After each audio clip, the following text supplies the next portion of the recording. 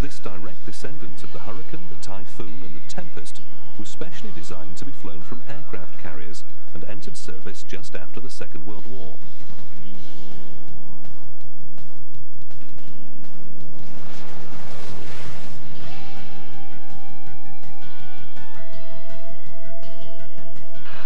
Gears up.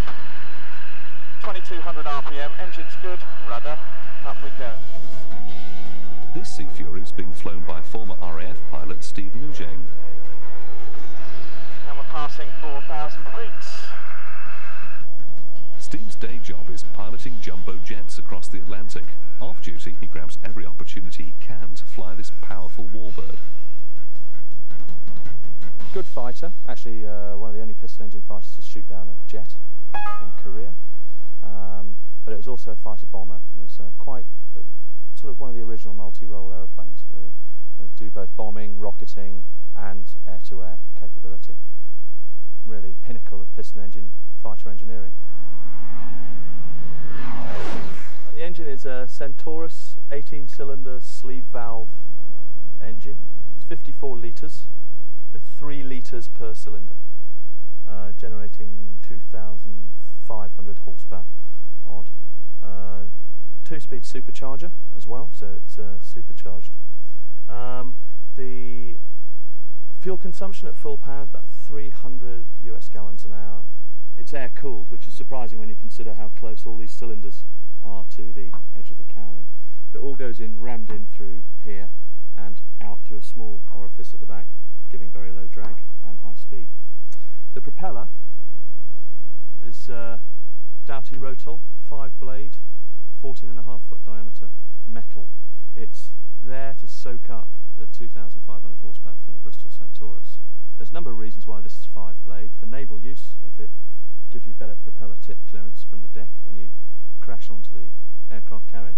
And additionally, if you had 4 blades, you'd have to increase the diameter to soak up the power, which means that you start getting into problems with the tips going supersonic and a reduced performance of the propeller. Hydraulically folding wings, so you can store it on a carrier where space is at a premium. Hydraulic jack here, which drives substantial pins into these slots here, locking the wings down into the fly position. Big bulletproof undercarriage for landing on carriers, with a long suspension travel so it can soak up the punishment of crashing onto a deck late at night or day. This is slightly unusual. This aeroplane, non-standard, it's got jet tyres on it with jet brakes for land-based operations because you don't need good brakes on an aircraft carrier. They'd put this hook down, come onto the approach and be guided on the approach by a man with a couple of table tennis bats near as damn it. And then when the batman said chop the power on the engine, he'd chop the power, this would grab the wire and into the cable they'd go, stop the aeroplane on the carrier. If this broke off or anything else, you probably, unless if you couldn't make land, you were looking at jumping out of the aeroplane.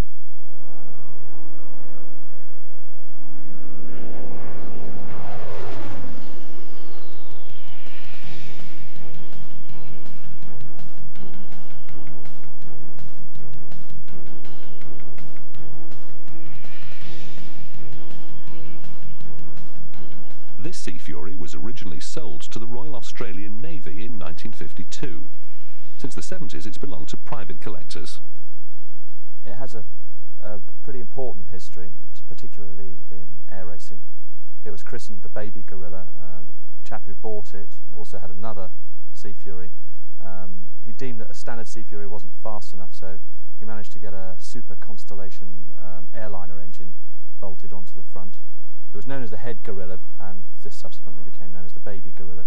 It wasn't until after Steve had begun flying Baby Gorilla that he discovered he had a family connection with her, an association that involved a former Navy air mechanic, his mum. I joined the Navy in 1950, and when air mechanic was offered me, I thought, well, this is different, and I've always been very keen on aircraft. I just love them. I was on the receipt and dispatch unit at RANS Anthorn, where I met this particular animal, and I worked on them for, I suppose, 2.5 years, from doing a whole breakdown, major overhauls, which they used to do in those days. I don't think the services do it anymore, used to take them down to Crankcase and put them back up again. I must say I enjoyed it. There were only two other girls, that is, on the RDU, and they took us in very good part, and we never were left with a bucket of bolts when we always got the thing back up together again and flying, which was no great problem. When Steve rang me and said he was going to fly Paul's Sea Fury home, I couldn't believe it, but I mean, a Sea Fury, I thought, well, there's a lot of them, there were a lot of them. But when this particular one turned up, I realised it had been with me. So 40 years I saw it out, and then I saw it back in again. So it was quite a historic moment for me. Very emotional, really.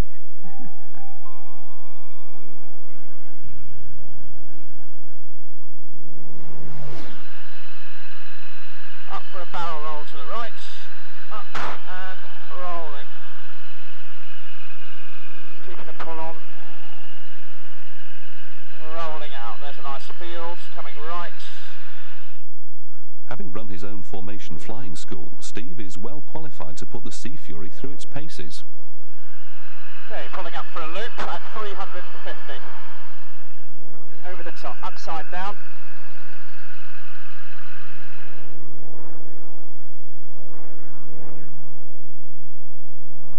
He's only ever frightened me once, and that was in a glider many years ago when he was a young chap. He was coming nose on to us, and we were all thinking this is wonderful coming into land, and he disappeared. And Mother's heart rate increased somewhat, and then